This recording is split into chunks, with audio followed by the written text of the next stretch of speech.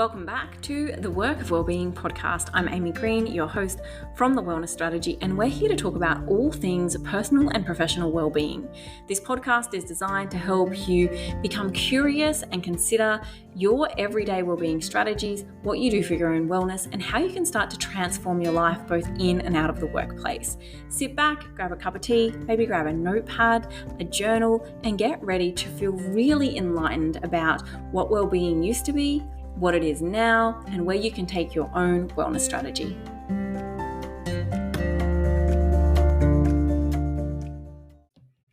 Hello everyone, welcome back to the Work of Wellbeing podcast. We have an amazing guest with us today, the wonderful Meg Durham from Open Mind Education. Meg, thank you so much for joining us. Thanks so much for having me. I can't wait to see where this conversation goes. We had a little bit of a back and forth on Instagram around what should we talk about. And just before I hit record, I feel like we've recorded half the podcast, but it hasn't been recorded. So I too am very excited. But you said to me, can we have a conversation around disrupting the status quo? And I was instantly in. Like, I'm all for conversations where we push boundaries, where we challenge the norm, where we get people to think differently. Can you dive in with that? What's your thought behind why do we need to disrupt the status quo, whether it's individually, collectively, in this space of it being in education, in the space of wellbeing, around how we work, how we feel, how we live, all of those things?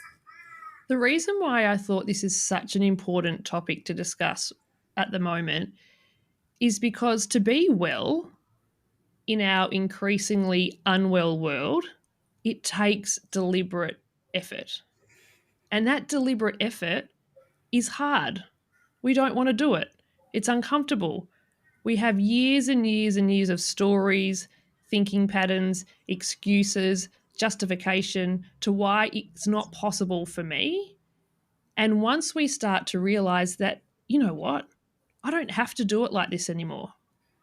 I don't want those rules. Those rules are not working for me anymore. We need to disrupt the status quo in ourselves so then we can give permission for the people around us to rethink the way that they're living and working. Yeah, that's such a powerful message that you just said around disrupting the status quo within ourselves. And I think we're so quick to always look to either what others might need to shift or change, or what they need to shift and change for us, rather than going internally. I'm an expert in seeing what everybody else needs to change. Yeah, And I think as educators, that's our skill. We have a finely tuned radar for everybody else in the system.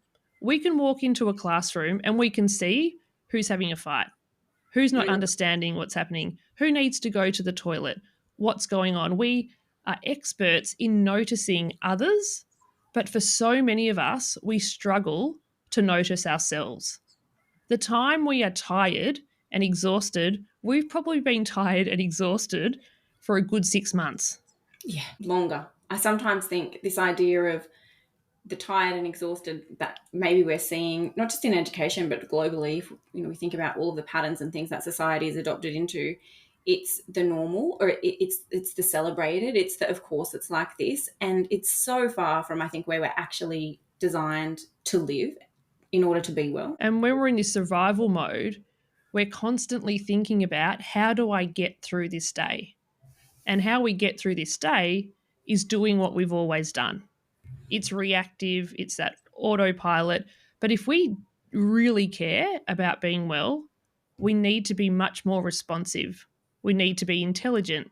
We need to notice, I didn't go to bed well. We need to notice, last night I didn't sleep so well, so it's probably likely that this morning I won't want to exercise. I want to eat a little bit of rubbish. I'm going to be a little bit cranky. Okay, now I know what I know. What can I do in this moment that's going to make a difference, instead of waiting to the evening to do it all again? Yeah, and repeat the cycle. It's so interesting, like as I do, and I'm sure you do too, talking about things often around sleep and nutrition and gut health and those things, and how they all connect and are part of our well-being. And I think when you're saying go inward and learn for self, there's so much information available to us. Like, there's actually no excuse to not know what good sleep hygiene looks like, or to not understand the impacts of sugar on our health and how those things go together.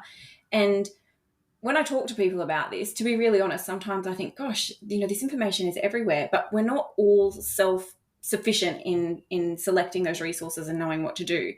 Do you think that's part of why it's hard to take that shift, the information overload that's out there in these spaces as well? Yeah, and we can also use the information overload as another excuse to why we haven't got started, because I'm just a bit confused. I'm not sure what to eat, so I won't worry about it. I'm not sure what exercise to do, so it's too hard, I won't do it. Instead of thinking, well, within my reality, what is possible for me? And also acknowledging that all of us know what we need to do. If we took 5 seconds to take a beat and ask the question, what does my body need? Generally, we'll know the answer. But where the resistance comes is when we go to do that thing or even contemplate that thing. So that resistance could be excuses, it could be blame, denial, justification, guilt, you name it. There are so many hurdles for us big hearted humans to jump before we actually take the action that we deeply know that we need to take. Mm-hmm. It's this whole idea of putting ourselves first and removing the excuses. I mean, guilt. Would we say guilt is an excuse? Guilt is not an excuse, but it's an experience that stops us from taking the action. So Mm. when it comes to guilt, that is probably one of the most powerful and potent experiences in the body of big hearted humans that literally paralyzes them from doing the thing. It could be Mm. as simple as I've got a book that I'd love to read for pleasure, but I just can't. I just feel too guilty because I've got all those books that I ordered and I said I'd got, and I said to myself I'm going to read them, but I just can't. It's all too much. So guilt puts the brakes on. However, when it comes to excuses, over the years I've noticed there's sort of 5 distinct categories that people can fall into. Can you share with those? Do you want to share with those? With Yes, us? for sure. So the first one is I don't have enough time. I just don't have enough time. If there's more hours in the day, I'd be able to get it done. And the reframe here is we make time for what we value. Mm. So we make time to do that worksheet and tweak it for 4 hours. Yeah. Maybe there was time for myself. Look at your screen time. Do you actually have time? And really reframing that we make time for what we value. And if we don't value ourselves, we're not going to make time for ourselves. Oh, it's. And the Mm. kicker here is if we don't make time for ourselves and value ourselves, nobody else values our time either. So true. I mean, I'm sure you hear all the time, if we had more time, if teachers had more time, if there was more time, it wouldn't be like this. I actually think it would be the same if we had more time. The time is not the answer. It's looking at how we work, how we value our time, how we spend it, all of those things. More time just means more hours to tweak more worksheets. That's really what it means. Oh, yeah. And depending on what pressures you put on yourself and your level of expectation, that can be a real trap that if I had more time, I'll take care of myself. And then you start to look back over your lifetime and think, oh, I used to think I didn't have time, but now I really don't have time. So we double down on that story of I don't have enough time. The second most common excuse I hear is I just can't be bothered. Ooh. I just don't have the energy. That's my personal go to. My brain, even before we did this conversation, I can't be bothered. Like my brain just can't be bothered doing anything. And so I kind of laugh. Like I can't believe some days I get up and have a shower and like wash my hair, go to work, do a talk, report a podcast. Like that's a lot of effort. And the whole time my brain is saying I can't be bothered. That's And so it's starting to learn that of course you can't be bothered and do it anyway. Yeah. Like that's so predictable. Like I laugh at myself now. Like I get the giggles. You haven't been bothered for nearly 40 years. This is not new. This is just how we roll. So we've got the I don't have enough time. I can't be bothered. Now the third one is quite interesting because it's seasonal. It's all weather dependent. So Ooh, I'm yeah. really good at well-being when it's a blue sky, about 25 to 28 degrees, like I'm onto it. But winter, it gets dark. It's cold. We're chatting with our friends about how cold it is, how dark it is, and then think, I can't believe how cold it is. And without thinking, well, it's winter. Guess what? It gets cold and dark in winter. Same And time then every summer, it year. might get hot and sweaty and sticky. Like, we have to move beyond being surprised that we have different seasons throughout the year. And if you live in certain parts of Australia and certain parts of the globe, you have multiple seasons in a day. So Yeah. let's be adaptive. Yeah, I love that. I mean, we know that seasons impact nature, and that's a great reminder that we are nature too. And so it's going to impact our mood, our energy, and our mindset. But we can get through that. We can overcome that. You just have to be aware of it, or think, you know what, when it is winter, if it's going to be a little bit darker earlier, then I've got to shift my day around, or I've got to get used to runging up more. My mother-in-law says there's no such thing as bad weather, just bad clothing. Although I don't always agree with that. But it really makes sense, and it makes me laugh because there was this workshop I did a little while ago, and a teacher came up to me after we went through some of these excuses, and she just got the giggles and said, "Oh, Meg, I've got to tell you, my friends call me 2 degrees." I was like, "Oh, tell me." She's like, 2 degrees too hot, too cold, I'm out. Like, I just have a really, really narrow window of tolerance when it comes to temperature. And so we have to be honest with ourselves. If you don't really like cold and being outside, what can you do inside that makes you feel warm and cozy?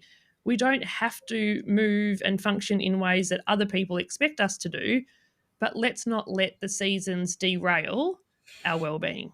And Totally. now the fourth excuse is a bit funny. It's not as common, but it's the people who are just waiting for the thing.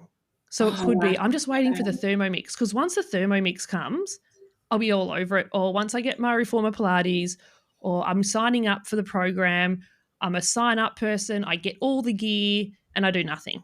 Yeah, just waiting for the system to change. Just waiting for the Yeah, system. that's the waiting for the system to change. Once Wow. my life changes, all of those things. And then the fifth and final one sort of hangs on to that in a sense of season of life. I've got young kids. I can't possibly be well. This is a new job. I can't possibly take care of my well-being. I'm a grad. I don't have time to care for my well-being. I've got aging parents. I can't take care of my well-being. We use the season of our life as the reason why we can't do what we know that we need to do for ourselves and also for others. Yeah, I mean, I love and can relate to all of those. And I am probably a person who, you said you couldn't be bothered thinking about this. And I was telling myself, well, I'm too busy. I've got to go to the airport after this, and I still got to pack my bag. And then I do this other thing where I tell myself, I will get to the end of the day, and then I'll be like, oh, I didn't do anything today. And then list off all of the things that I've actually done. And so it's this weird paradox of I'm too busy to do anything, but then telling myself I'm not busy enough. And so then I add more to my plate. And then, as I was sharing with you, I get to this point of unbalance. And I'm like, gosh, why do we sit in these patterns and these cycles and these stories? It's hard. It's hard to move through them. Oh, it's so hard because a lot of the resistance to doing the thing is in our mind. It's this Mm, mental resistance. Because if it was as easy as just go to bed early, we'd all be doing it. But there's all of these identity shifts that we have to keep moving through, because who am I if I'm not busy? yeah, Who gosh. am I if I'm not stressed? Is it okay to be a working mum that's well? Like, I don't know if that's okay. I haven't got any role models of that. Yeah. And And starting to really deeply question the stories we tell ourselves, and also see how these excuses layer upon each other to become a really solid story. So, I don't have enough time. I can't be bothered. The weather's not quite right. I don't have the right gear. And this stage of life, it's just too chaotic.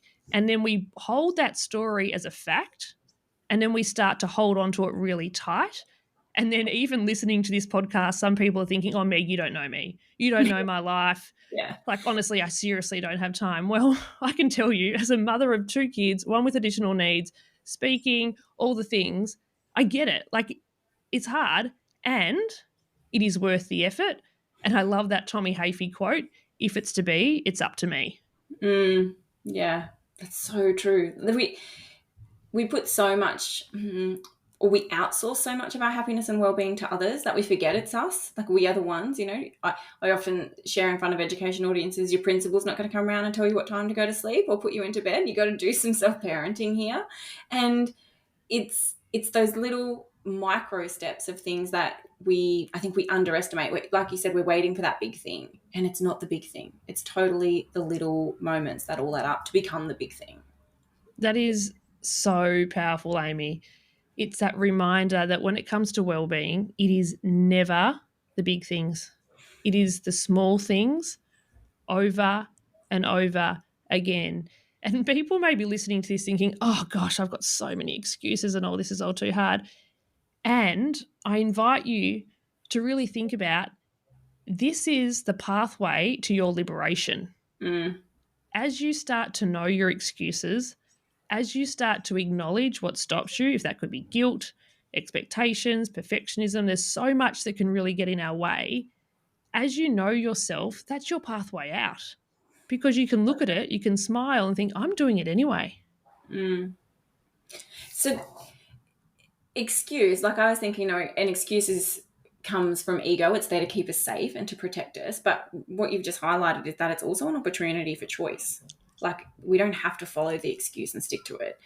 The excuse, we can have that internal dialogue of, well, do I really believe this? Is this actually what I want to do? Is this going to help me become the person I want to be? Or, what would happen if I continue to follow this? What would happen if I change it? And it's having that awareness of the excuse, but then almost challenging it, like grappling with it and being prepared to take it on and not just follow that same old excuse path and let it hold you back. Without a doubt. I know in my personal experience, pretty much all of my first thoughts are pretty crappy. Yeah. Like they're all survival thoughts. Like I just know it. One Yeah. more glass, one more episode, one more row of chocolate, one more email. Like my first thoughts are pretty survival. It's the second thought, which is my thriving thought. Mm. And it takes the courage to move from that comfort of the known into that discomfort of taking the action. And I'm not talking about big courage, like jumping off planes or doing things like that. I'm talking about the courage to get off the couch, Yeah. And go to to bed. go to bed. It's a conversation I have with myself every day, every night. Yeah. And that's the thing. People think because we're in this well-being space that we've got it all sorted. No, no, no. Every night I'm telling myself, go to bed. Just one Yeah. episode and go to bed.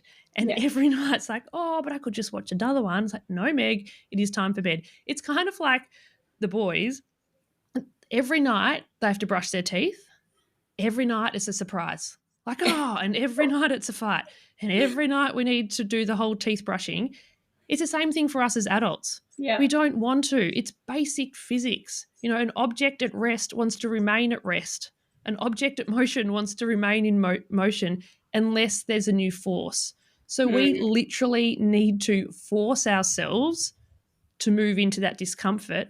And that force process is how we disrupt the status quo within ourselves and Mm. eventually within our systems. Yeah. You were saying before, it also can challenge our beliefs. Well, if I do rest, then who am I as a person? Or if I do start exercising, what happens? And I think too, it also pushes the status quo of like, where do I belong then? Who are my people? If I'm not the busy burnout teacher, then what conversation am I going to have around the staff room table? Or if I'm someone that prioritizes movement and uses my lunch break to go for a walk, how are my colleagues going to judge me? They're going to think I'm not working hard enough. So there's all of those perceptions and judgment to come through as well when you start to change that behavior. And that's another one of those invisible forces that keep us safe doing what we've always done. Because one of those invisible forces is that social element. What will they think of me? I have spoken with educators who are doing really well, and I feel afraid to tell others that I'm doing well, that Yes. I Yeah. love my job, that I'm thriving. I've been listening to the podcast, I've been doing things, I'm feeling really, really great. And then that question dawns on them is like, who am I to be well when other Mm. people aren't well? So there's Mm. so much nuance here. And this is why these conversations are so important. Mm. What about at a system level or like at a school level? What are some of the status quo pieces there that you've come across that you think, what, we need to have bigger, wider, braver conversations around some of these things? The one that really gets me, and I definitely did it when I was teaching, I've taught in 3 different states, multiple different schools, and it's absolutely everywhere. And I didn't even know it was a thing in the literature until I saw it. And it's called recreational complaining, where Ooh. we complain as a recreational activity. And we've all been there where you get together with a colleague. There's a certain colleague that you just love to get together with because they complain, you complain, they complain, you complain, they complain, you complain. And then you finish with them and you find someone else and you repeat exactly the same conversation. And you could do that half a dozen times. I Like, didn't I'm know. so busy. I'm so busy conversation. I work so hard. No one appreciates me. Like this recreational complaining, it's like that Tim Tam or that extra glass of wine feels good in the moment. When we're depleted, exhausted, it gives us a boost. It gives us this flood of feeling good. However, it's so corrosive Mm, because we're stuck in that problem box mm, where venting is a bit different, where you come, I just need to vent. I need to talk it through. We all need to vent as educators. But when we're in that cycle of saying the same thing over and over again, it's not working for us and it's certainly not working for the people that we're working with. I did not know that had a name, but I talk and share about exactly the same thing. It's so unhealthy for us, especially when we want to create schools to become great workplaces. And that's a huge contributor, being stuck in that problem mindset, focusing on those things. And I also think that's how a lot of perceived healthy relationships are built in the workplace, or perceived positive relationships in the workplace. Yeah, we have a great relationship, we get along really well, but actually when you go underneath it, it's based on the connection is based on unhealthy whinging. And I think we have to also be really diving into in schools, what does a healthy relationship look like? Venting is okay because we all do it, but this continuous whinging and or gossiping or corridor conversations, whatever it is that we know can spread and be quite contagious, is not a healthy relationship. And so how do we break some of that down? Because that's what impacts our workplace. And that could be deeply uncomfortable for people to hear because then they start to think, gosh, if I'm not complaining, I actually don't know what to talk about. Don't Like, have what do we anything talk to about say. now?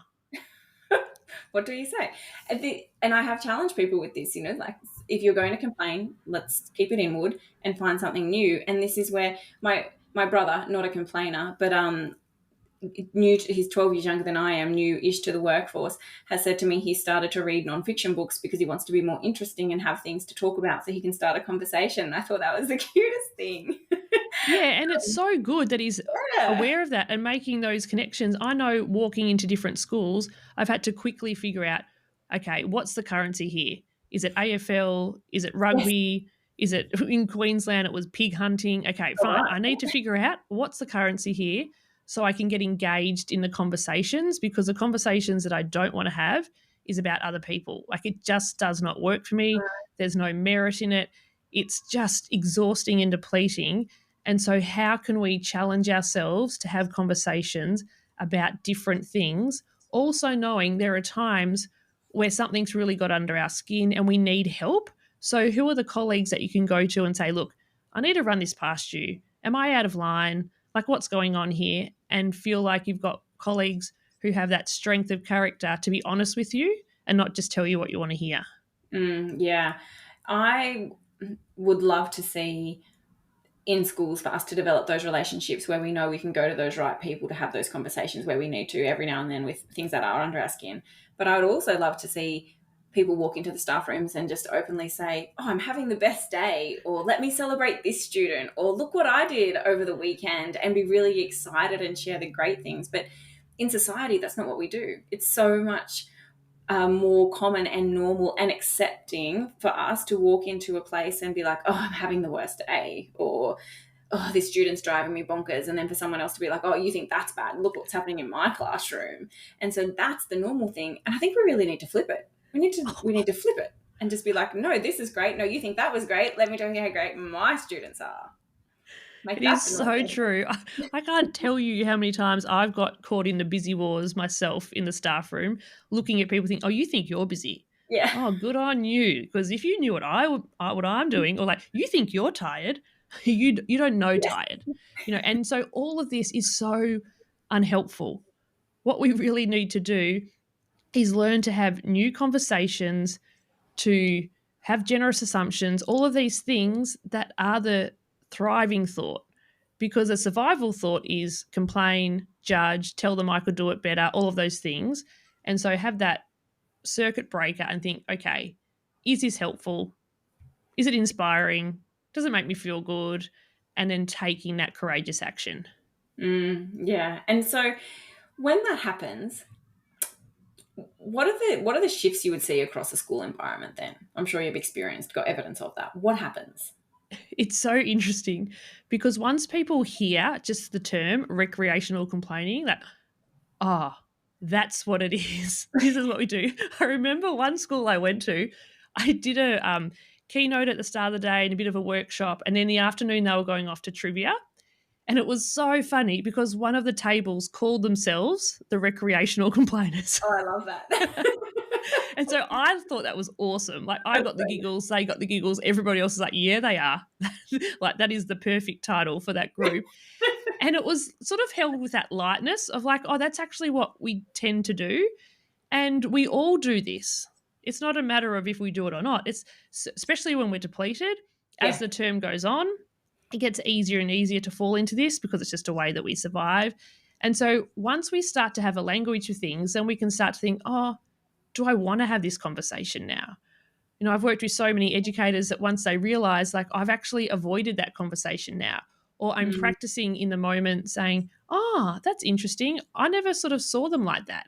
Like, they're those really courageous moments to break that status quo, to yeah. move towards that discomfort. And what you start to see over time is just new conversations and also more inclusive conversations.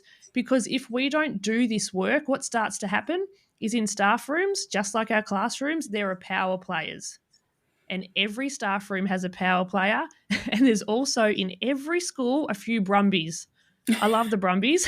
They're the ones that no one can touch Yeah. because, like, they're just, that what, for whatever reason, whatever the story is, it's just these people that really, really hold the tone of the whole school. Like, they're just wild. However, as other people start to bolster themselves and have new conversations over time, they start to get a little bit curious. Like, oh, I don't have the power that I used to anymore because Mm, people are doing their own things and they're going on with life. And what I start to see, and one of the best things I see walking around schools, is that moment that you referred to earlier of, come and have a look at what's happening in my classroom. Like, I love that. I love that joy of, Meg, come and have a look at what we're doing. Let's have a look at this. And the laughter. That's when mm. I know schools are on point, when I can hear laughter and the excitement of, come and look at my practice. Yeah, I love that. And you said a really great word too before, which I think we probably undervalue, which is this idea of lightness. Just bringing lightness to a situation and the idea of feeling light. And in a profession where it's quite doom and gloom and the media is not doing us any favors, we need to bring some lightness to a space. You know, being an educator is great. It is fulfilling. It is a wonderful profession. And I think we as educators need to be the advocates, the champions, the heroes, you know, the people that are really out there saying this is a great job to have, a great career to be in, a great place to work. And I think lightness is key for that. Without a doubt. And for us to be light, we need to be well, Mm, because we have greater perspective when we're well. We're not caught in that reactive cycle where everything feels important, everything feels urgent, I'm not good enough, I'm behind, all of those things. When we're well, we can just be with it. We can have a laugh like, oh, of course Johnny's doing that again. Oh, there you go. Oh, that Brumby, she's complaining about, oh, yeah. Like, you can just be with these really, really predictable patterns without feeling like you're at the mercy of them. And I think too, it's this idea of compassion, right? You've got to have compassion for yourself and those around you. We're all just doing the best we can with the tools that we have, and then hopefully between the work that you're doing, the work that I do, other experts and people out there sharing this, we've just got a new tool and a new tool and a new piece of information, and we can start to add and layer that, and that's what's going to allow the conversations, the language, and the lightness to really ripple in and to create those shifts. And this is where the magic is, in the possibility of what can we do within our structure, within our system right now, today. What is possible for me? What can I do differently? How can I bring lightness? How can I be honest? What support do I need from other people? And start to get really curious about all the options, because what we do know is what got us here will not get us to where we want to go. No. And so we need to create a new future with new ways of being, and that we really rethink what it is to be an adult working in a school remembering that the school is the adult's workplace, Yes. making that big transition. We're not students anymore going to school. We are adults working in a workplace with so much autonomy that we can tap into when we are well. Oh, so true. And I personally myself have stopped saying in schools and started saying in the workplace, because a school is a workplace and we've got to be comfortable with that, seeing this is a workplace, this is where we work, this is, workplace expectations or parameters apply here. It's not a school. And you just said another thing that I share often too, and I think we underestimate, like, we have so much autonomy in schools, so much, whether it's individually in our teams, as leaders, to do really great stuff, to actually address things like stress factors or workload, to redesign what a school looks like. We don't have to wait for the system to change. We can do so many things in schools. Have you seen any schools really pushing that status quo or the boundaries and taking some risks and doing things differently, where perhaps you might think, or might have even come across people thinking, well, that's just not possible, but actually it is? Oh, it is remarkable. Mm. There are times when I start working with a school and I'm thinking, I'm not sure what we're going to do. Like, I'm not sure how this is going to look. There's a school I'm working with this year that blow me away. Every time we gather as a leadership group, I am absolutely floored by the progress. Oh, I And love what you. they're starting to see is that staff are starting to soften and Mm, lighten. So they've got that permission to be human. They're really living that idea of self compassion, being honest and vulnerable, having the real conversations. And on the other side, they're strengthening. mm, They're really getting to that point of, there's this meeting, it wasn't going well, and I caught it in the moment. I mm. never would have done that once upon a time because I would have got too nervous and I couldn't have done it. But now they're really leaning into, it needs to happen now. This Yeah. is the moment. This is the moment of courage. If it's with a colleague, if it's with a student, if it's with a family, it's those moments that create new environments. I'm thinking of multiple examples, but I love that. And we really do, as leaders, have to be able to be courageous now, not think, oh, well, I'll just, we'll do it slowly and softly and we'll go on this journey. And I mean, sometimes there's room for that. But in schools, we like to let things go on for a little bit too long. We like the story of change in schools is slow. Schools work slow. When we don't have to, we can actually do things now, and we can make culture shifts now, and we can change the way we work together now. We don't need to wait. I think that's probably another excuse that we have in schools. That change is slow. Oh, yeah. We have like these system level excuses.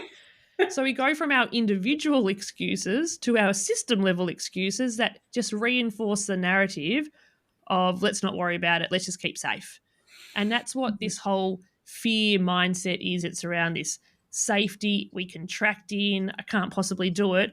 But when we're thinking about disrupting the status quo, we're leaping into faith. I don't have a Mm, clue what the future holds, but I'm willing to take the action because I know as I take the action, the next action will unfold and it will unfold. And eventually, you go from an educator that's really wound up, on the edge all the time, irritated by people if they even look at you because it's all just, you're just literally on the edge, to an educator where you think, it doesn't have to happen right now. mm. Things will get done. And if it doesn't get done, it doesn't get done. Yeah, it's not the end. Like, not everything is as urgent as we think it is. Not everyone's urgent is the same as your urgent. We have to be able to really inquire into, why does this matter so much right now? What's it going to impact? Why are we doing it? What's the purpose behind it? We do so many things in schools, and I think, or I question, do you know why you're doing this? And often the answer is, oh, we've just always done it like this. Might be time to rethink that system or that process or that way of working. I think schools are really fortunate right now if they take the courageous leap, like you've shared, to be able to redesign how they look. And that to me is like, yeah, let's do this. Let's get behind it and realize we have that autonomy. And you shared before around having, that softness and that lightness, but then also the sharpness to step into that courage. And I think they both go together. They're not separate. They're not different. When you are soft, you become strong. Mm. That's the beautiful humanness we've got to start to embrace more. Yeah. And it's a skill and it's Mm, a practice, and it really requires us to have spaces where we're held. As we're learning these new beliefs, we need to have other people that believe in us. that encourage us to keep stretching and inspires us to do things different. That whole thing, you can't be what you can't see. Same thing for us as adults. We need to see people in the world doing things differently. Yeah, definitely. It's a real inspiration to be a part of and see and hear of schools and leaders that are doing that. And I think we need to get better at sharing that message. Like, I know of schools doing great things, you know of schools doing great things. Let's share that so other people can see, so they know what can be. It's happening in slow, small pockets out there. But I think, I don't know, if we do another podcast in 5 years' time, we'll probably have a totally different conversation around, gosh, remember what it was like then? That's what I'm hoping for. Oh, absolutely. I think what's happened in the last 18 months is going to absolutely explode in the next 5 years. Yeah. Because we're kind of interesting creatures as humans. We generally come to change through inspiration or desperation. So the more desperate the school gets, the more desperate the system gets, the more like, oh, we have to be creative. Oh, we've got to look after our staff. Oh, pay's not enough. Oh, we've got to do things differently. Yes, you do. Yeah. This is the time. Let's not wait. If you could wave a magic wand and pick 3 things that you would love to see done differently right now, what would they be? Conversations. I think we need to get much, much better at having the conversations that count. For so many educators and so many schools, because you've got that perfecting, the pleasing, constantly perception management, we don't have the conversations that really need to be had. They happen in the corridor, in the car park, on the walk around the town, like whatever it is. The WhatsApp chat. Yeah, the WhatsApp, like all the things. We need to get better at having the conversations with the people that we need to have them with. Like, honestly, I feel so sorry for so many educators' partners, like their husbands, wives, friends, cousins. Like, they get sick of hearing about all the school stuff because we're not dealing with the source that we have the issue with. So if we could get better at having these robust conversations, I think that would reduce a lot of tension and a lot of assuming. I think we assume a lot in education, a lot of mind reading instead of actually clarifying. And another thing that I would just love to see is the acknowledgement of how complex people's lives are outside of the workplace. That there are so many people that are struggling with its family things or community things or houses being made. Like, we need to acknowledge that we are more than who we are at school, that we're a complex person. And then the third element, if it could be anything, it's just that micromanaging kills me. Like, that just really, that need for control and for things to be just the right font and just the right color and just the right template on Canva. Like, can we just take a breath a bit? Yeah. Can we just step a little bit? Can we loosen the reins and let people do what they do best? Yeah. I think there are many problems in education, and font is not one we should be debating. I feel like that's probably a good place to leave it. But it's so true. It's so true, right? Like, there are bigger problems. We know what they are. So I suppose in some ways that's probably too, if we have a debate about font, we don't have to have the real conversation, which is what you said first. Absolutely. We are remarkable at keeping ourselves in that surface level instead of doing what we really need to do and go deep. Absolutely.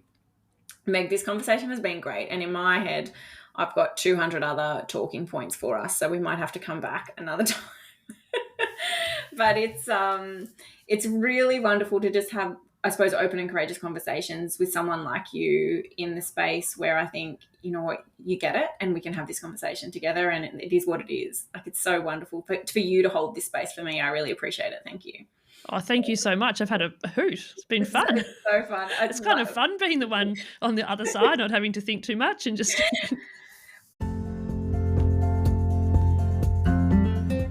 Thank you so much for tuning into today's episode. I really do hope you have enjoyed it. The information discussed today was just that, information only. It's not specific advice. If you take action following something you heard today, it's important to make sure that you get professional advice about your unique situation before you proceed, whether that advice be legal, financial, accounting, medical, or otherwise. please reach out to me if you have any questions, or if there's anything else I can do to support your own wellbeing and wellness journey, whether it's another topic you'd like me to discuss, or whether it's support in your school, workplace, or individually. And if you do know someone who might benefit from listening to this, please remember to tell them about it, share the episode with them, or suggest my Instagram, my website, or LinkedIn, where they can find out more about me and what I do. And as always, I will see you in the next episode.